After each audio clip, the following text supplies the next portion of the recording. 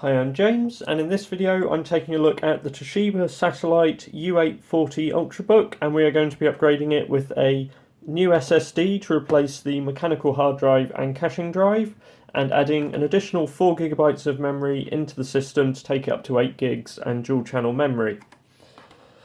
So to begin with, first of all we need to flip the system over. Now I grab my toolkit, and what we have to do first is take a pry tool and a small screwdriver. So what we need to do is each of these little rubber feet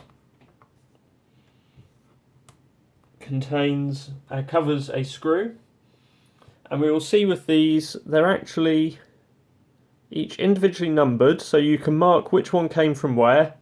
In this case I'm just going to put them down on my desk in the order that I've removed them, and these each cover up a screw which holds down the base of the laptop. So we are going to work around removing each of these. They should all be fairly easy to spot.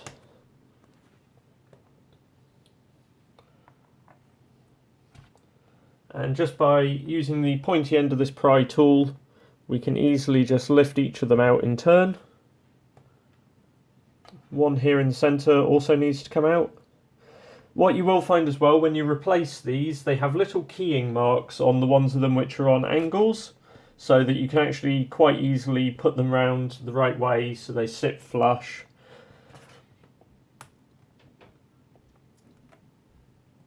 And what you have is, so these two are marked 1, 2 for these two, 5 for these, 6 for this centerpiece, 3 here, and 4 for these two. So if we take the remaining 2 out,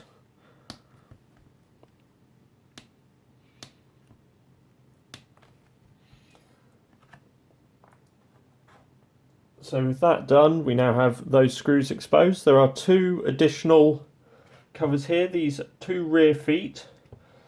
So by using the wider end of that, again we will place those out the way.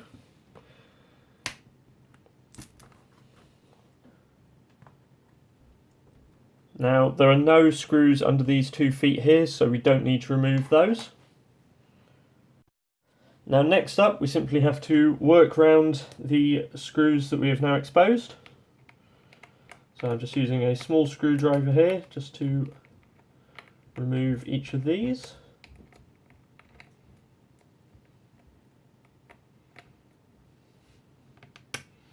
All of these screws are the same size, so you don't need to worry about which one came from which location. Just undo each in turn and take them out.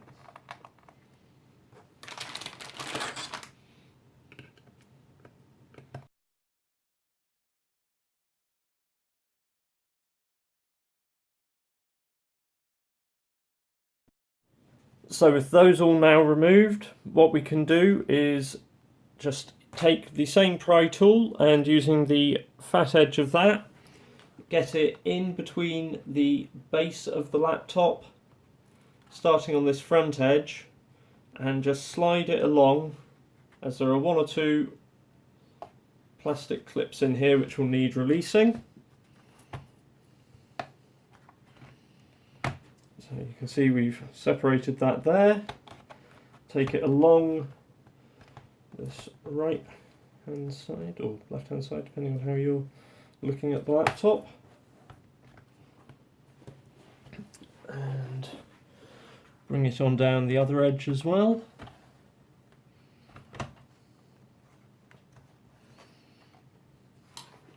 Now we should be able to begin to lift the base with that clip. Now we want to lift it towards this edge just to clear the audio ports, and that gives us access now inside the laptop itself. Now, easy bit here, the additional stick of memory. So we can see we have a single stick currently inside the machine. So all we need to do here is clip in the new stick. Because we're going to an SSD, we have the caching drive here, which is a sort of, I believe, 30 gigabyte SSD, which was used in a lot of early Ultrabooks when SSD prices were higher. So single screw up here and then remove that. We no longer need it or want it now that we're going to a large SSD drive. And then for the hard drive, there is a bracket here at the back and another bracket to the side. Now these don't actually attach to the drive, they merely hold it in with some rubber stops. That combined with the base and the little stoppers on each side just keep the drive in place. So by removing those, we can now release these little clamps.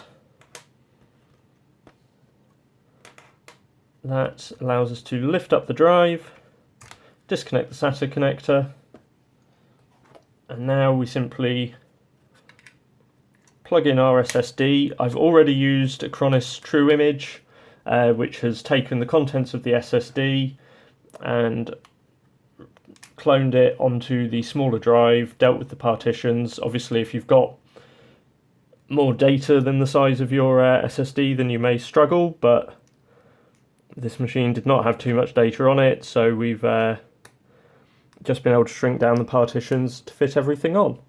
Now I just simply put these clamps back into place. I'm also going to do some additional bits. As we can see, there's quite a bit of dust in this machine, so I'm going to clean things out.